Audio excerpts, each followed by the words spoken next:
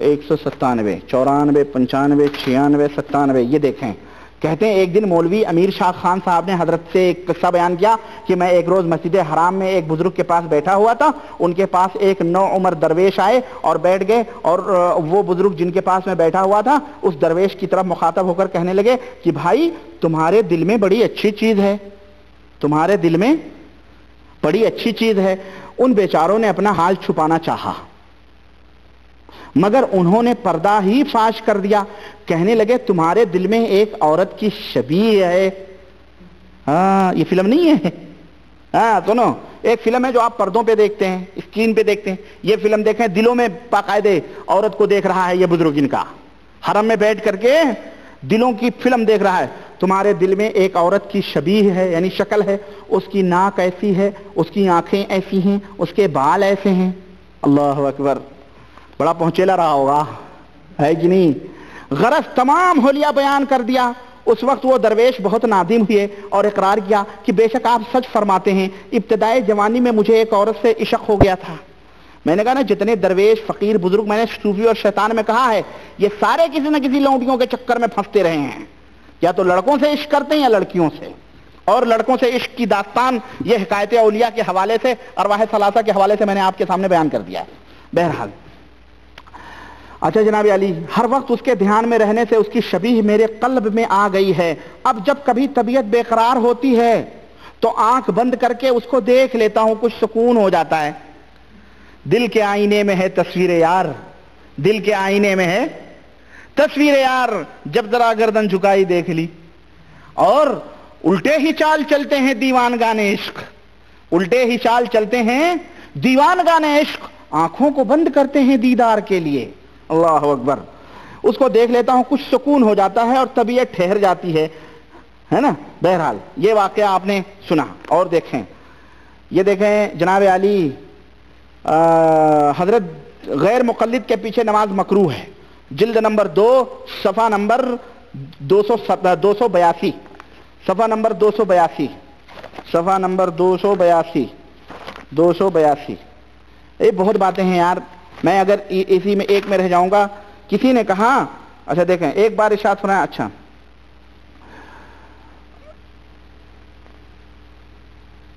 ایک بار ارشاد فرمایا کہ ہمارے 5 سالہ واقع پنجاب میں مقیم تھے اور باغیان غدر کی تفتیش اور داروگیر ہو رہی تھی تو ایک رات کسی نے مخبری کر دی کہ حضرت ایک شخص کے استبل میں مقیم ہے.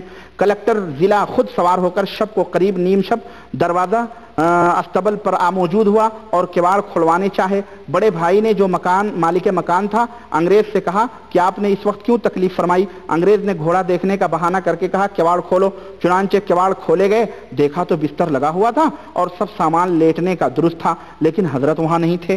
ادھر ادھر دیکھا، کہیں پتہ نہیں. مالک مکان سے پوچھا کہ یہ بستر کس کا ہے؟ اس نے کہا میرے چھوٹے بھائی کا ہے. خوف کے مارے پیشاب خطا ہو گیا، لیکن انگریز نے کچھ اور نہیں پوچھا اور گھوڑے کو دیکھتے ہوئے واپس ہو گیا. غالباً اب یہاں لگا رہے ہیں کہ غالباً حضرت کو کشف سے یہ حال معلوم ہو گیا کہ انگریز آ رہا ہے مجھے پکڑنے کے لیے، اس لیے آپ پہلے ہی سے وہاں سے کیا ہو گئے؟ فرار ہو گئے، بستری سے غائب ہو گئے. دلوں کا کہاں انگریز، اس کے کشف سے معلوم ہو رہا. ایک مرتبہ ارشاد فرمایا کہ جو لوگ علماء دین کی توہین کرتے ہیں اور ان پر طعن و تشنیع کرتے ہیں، قبر کے اندر ان کا منہ قبلے سے پھر جاتا ہے نا. یہ جا کے کھل کے دیوبندی لوگ دیکھتے ہیں، ان کے بزرگوں کا پھرتا ہوگا جبھی تو تجربہ ہوگا نا. ہاں ان کا اپنا پھرتا ہے، کیونکہ یہ لوگ بہت توہین کرتے ہیں.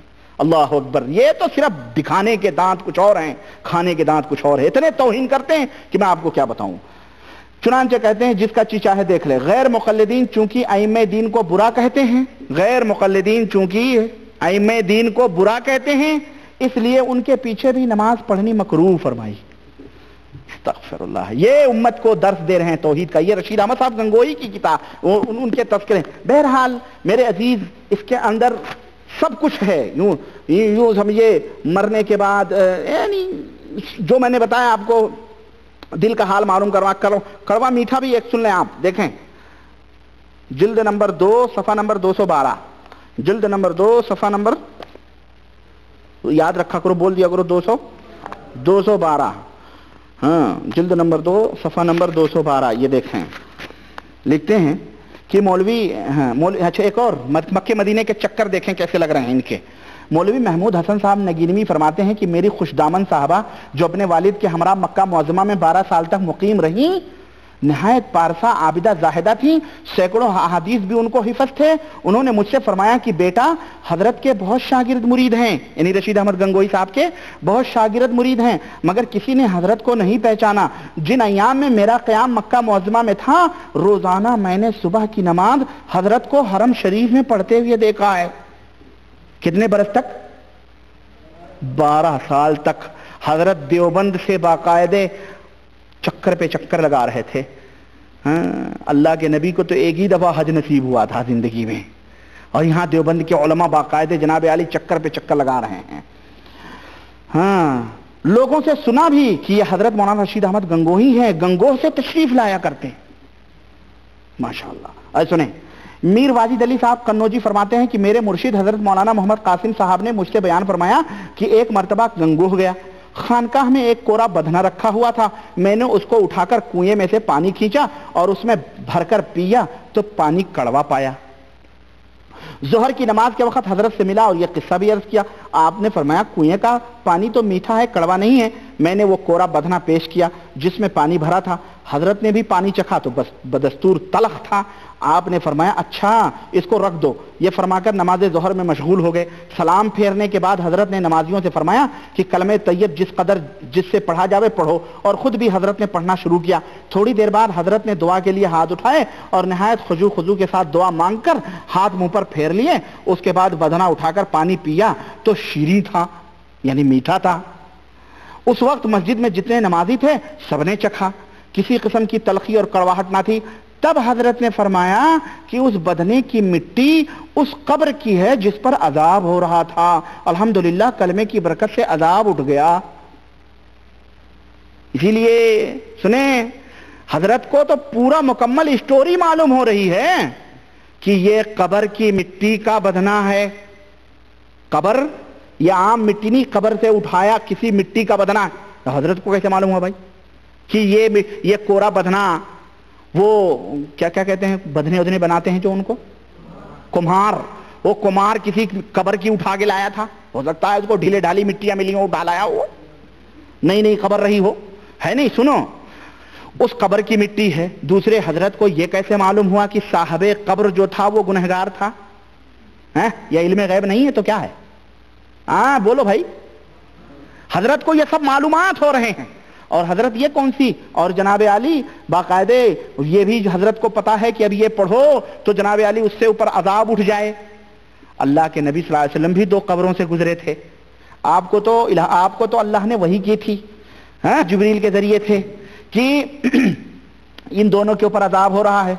एक पेशाब नहीं करता था और दूसरा, एक पेशाब के छींटों से नहीं बचता था, और दूसरा कौन था, चुगलियां खाता था।